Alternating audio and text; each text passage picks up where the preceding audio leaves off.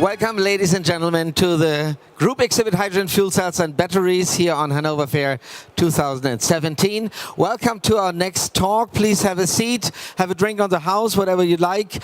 And we will start right now with a talk about the strategic build-up of charging infrastructure in Germany. I would like to welcome the Head of Program Recharging Infrastructure from the Now GmbH, Johannes Pallasch. There he comes. Please give him a big hand. Hello. Mr. Pallasch, hello. So, and you're all invited to participate in this talk. If you want to, just raise your hand if you have a question to Mr. Pallasch, and I'll be with the microphone right with you. Okay, Mr. Pallasch, the Federal Ministry of Transport and Digital Infrastructure in Germany is spending 300 million euros of funding for the development of recharging infrastructure in Germany. That money is highly needed, isn't it? It is, and it isn't for developing, it is for investment.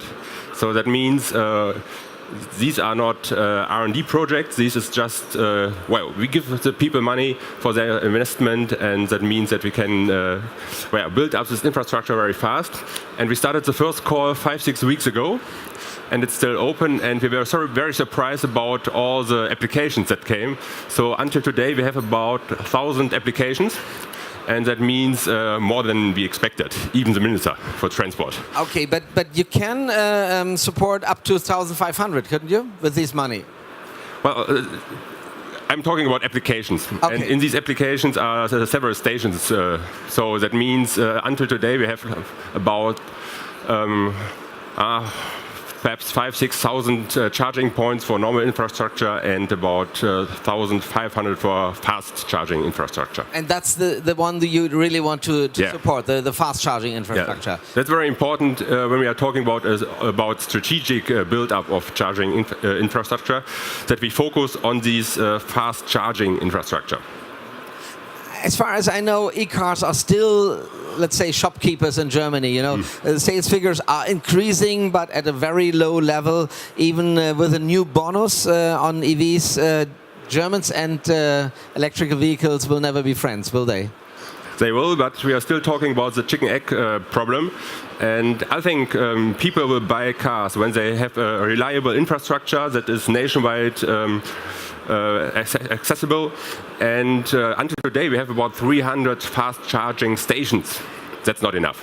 So that means that at the moment when the customer knows that he can drive each distance in each way, I think then he decides to buy these cars. And on the other side, of course, we need more products from the car manufacturers.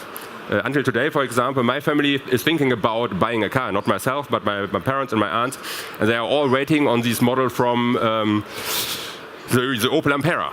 This is a very interesting product, but all the people are waiting on the small types of cars because not all the people have money for Tesla and Tesla fighters. So Opel Ampera is not very small, is it? It's rather a little SUV, I would say. Middle, yeah, but smaller than a Tesla fighter or Tesla. That's right, yes, and cheaper also. Yes. And cheaper, and a distance about 300 kilometers. That's quite fair. Okay, the right cars we're waiting for, but there's already the Nissan Leaf and there's the i3 and things like that, but we need more to see of them. But especially we need more loading stations. But these loading stations, are fast loading stations, must be very intelligent. So that if I want to drive from Hanover to Munich, that my car already knows where to recharge and there's a free station there. Yeah. That's true. We all know the articles in the newspapers about the 10, 20, 50 cards for the access to the station. And so the goal of the ministry is that in future we only need one card or one app. That means we need a roaming system behind the back-end system. And in our technical requirements of the funding guideline, we say that people, okay, you have to implement a roaming system and also an intelligent back-end. So we focus on this intelligent that you mentioned.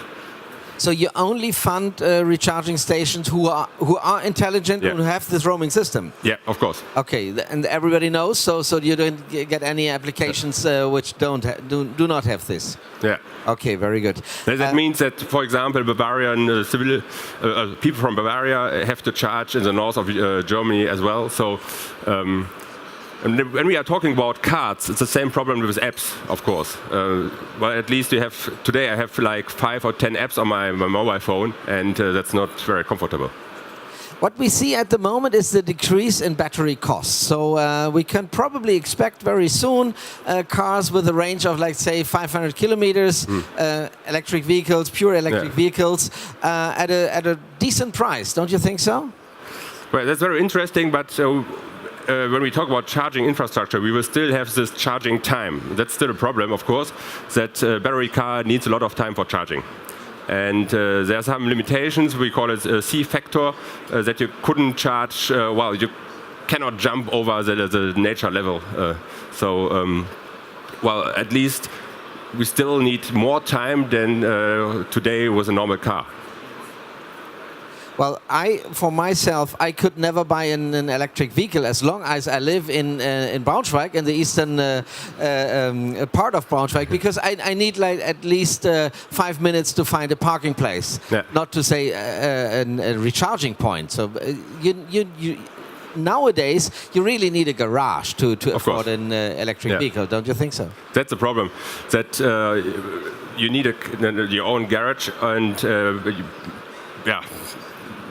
sometimes you also need the place at your work to charge. So not all people in Germany have this situation.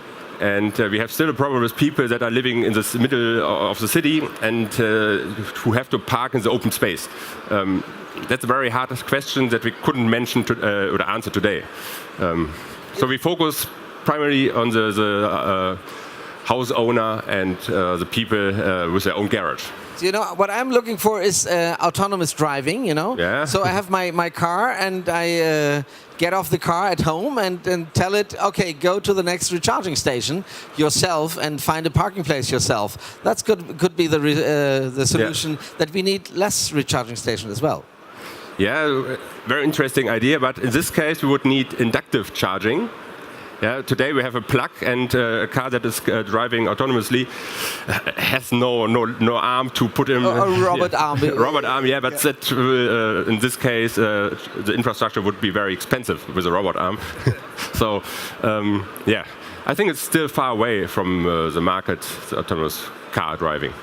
I would like to open up the discussion. If you have a question to the recharging stations you could apply on at the moment, just raise your hand. I'll be with the microphone right with you. That's not the case so far. So let's look at the figures at the moment. In the end of 2016, we had around 25,000 electric vehicles in Germany on the road, which is far away from the 1 million we should have in 2020. Do you still believe in that goal? Yes, of course. You have to, okay. I have to. No, but I think we are on the right way, and if we reach the goal in 2020 or 21, it's not very important for me.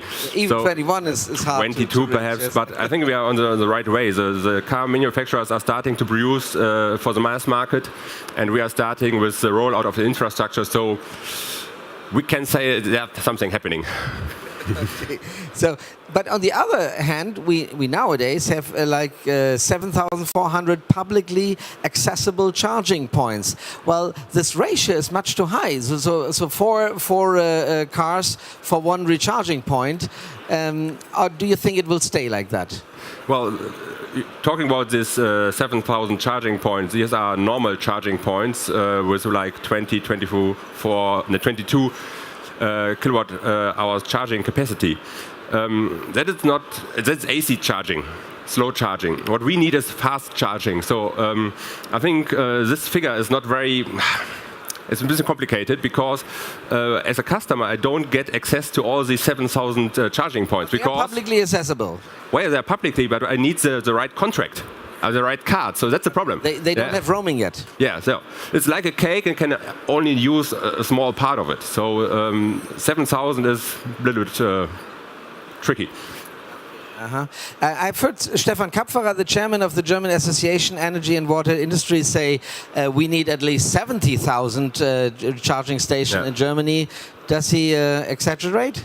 That's okay, but the German government has his own goal, and we wrote last year the national policy framework that you can download on the website of the Ministry of Transport. And there's a figure for fast charging, 7,900 charging points for fast charging and 36,000 for normal charging. So we have different figures, but well, I think important is the fast charging network. Mr. Pallasch, but even if we have a fast charging network, if we really look ahead of a pure electric vehicle infrastructure for mobility in Germany, we probably get into a space problem sometimes because we need so many space to recharge all these vehicles.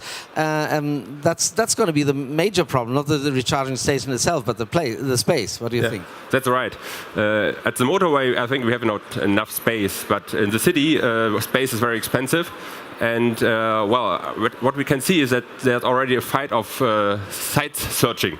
So that means there are probably not enough sites for the future to build up enough charging points. So we're looking for solutions, as for example using parking slots from a supermarket or something like that. But it's a question of space, of course. Yeah. So do you really believe that we can have an automobility in Germany only based on pure electric vehicles? Yeah, pure electric vehicles, but including also the fuel cell technology. That means, well, not all people will buy a full battery electric car because we still have the problem with the charging time. So if you look at the motorway, all the people that are driving there, I think not everyone will be lucky to buy a battery car. So I think a lot of people will decide to buy this other concept. So from my point of view, we need both concepts and both infrastructures. And the National Organization for Hydrogen Fuel Cell Technology, where you're part of, is commissioned by the Ministry for the coordination implementation of the recharging system as well as for the fuel cell infrastructure. So you really say we not only need to build up one infrastructure but two, but it's costly, isn't it? It's costly, and we also build up infrastructure for LNG and CNG. So it's very hard because we haven't decided yet which technology will be focused. So well, we start with I think three or two infrastructures for alternative fuels. What I've just learned that in Sweden they start implementing inductive recharging on the roads, which is quite interesting. Well, they do it for buses there, but could that be a solution in the long run? We have so many autobahns in Germany. We just make inductive loading on the autobahns. You probably know it from your own city, Braunschweig, because they have inductive charging for their buses, and it works. And this is an interesting concept for buses, and it also works in the street. If you are driving, dynamic inductive charging. So we tried it in some funding projects, and it works. But it's very expensive to get the infrastructure in the ground. So. Yeah, it's a question of money. Okay, but there's no funding program for that so far. And it is. So we can these 300 million euros that we can spend the next 3-4 years can also be spent for inductive charging. So, but we focus now on the the charging infrastructure with plugs. Mr. Pallasch, so who can apply now for such a funding for the recharging devices?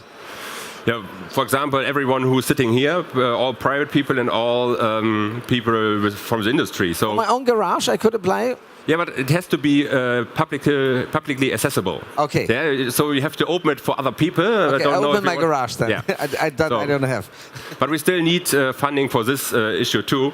But in our funding program, it's only for the open stations. And well, we have like. Within these 1,000 applications, we have small companies, big companies, utilities, cities, everyone. So a very broad situation. And funding is normally that part of it you have to pay your own. So how much is that part? Well, we have a funding quote from about 40% for the investment, but only for the investment. So that means the operation costs you have to pay yourself. So if you, that means, well, about 5 years, it will be like we pay 20 or 30% of the totally investment. And we have also caps, like that means for each charging point there are caps. And for example, for a charging point, fast charging point below 100 kilowatt, you can have a cap from 12,000 euros, for example. That means, well, there's like a level you couldn't overjump. I would like to give you once more the opportunity to ask your questions. If you have anyone, just raise your hand. So otherwise, I come to my last question. It's a personal question to you, Mr. Pallasch. What do you personally believe how the streets in Germany will look like in, let's say, 20 years' time? I had yesterday, by the way, Mr. Klietz from BMW here, who said, well, he believes internal combustion engines will prevail for the next 20 to 30 years. Do you think so too, or do you think we will see electromobility and fuel cell cars very soon on Germany's streets? Well, I'm sure that we will see these cars, these electric cars, and also electric buses and heavy duties. The question is how much? So, how many? Indeed, and yes. the very important thing is that we are talking about the technology, the change of the cars, but not of the policy system. So that means we have to do both to answer these questions of the future. And well, we are starting now about these, we call it Energiewende im Verkehr in Berlin. So we will see a lot of ideas and programs in the next years, I'm sure. Okay, so it may be a comparison to when mobile phones were introduced and people were saying, well, they don't even have tests on it and that doesn't work, you know, it's too small, it's too expensive. It seems the same situation maybe with electromobility, that many people say, well, it's still too complicated, but then it comes very quickly. Sometimes when it comes quickly. So when what it do you works, personally then expect? they will buy these cars, I'm sure. Yeah. So what do you expect? Let's say 10 years from now, 2027, we will probably meet then again. I hope that in 10 years I can afford electric car with my income, because it's still for families, it's still too expensive. Yeah? And well, we need the mass market in this case. So I'm sure that in 10 years, the most cars that will be sold are electric cars. And that's something. That's a sentence. Thank you very much, Mr. Pallasch. Thank you very much. Thank you for your attention for this talk here on stage. Thank you very much. Please stay tuned and visit the booth of Now at the B56 just over there. And the next interview here will be in 1 minute time with Christian Wick, Secretary General of the Norwegian Hydrogen Forum, about recent development on maritime and heavy-duty road-based transport in Norway. So please stay tuned. Thank you very much.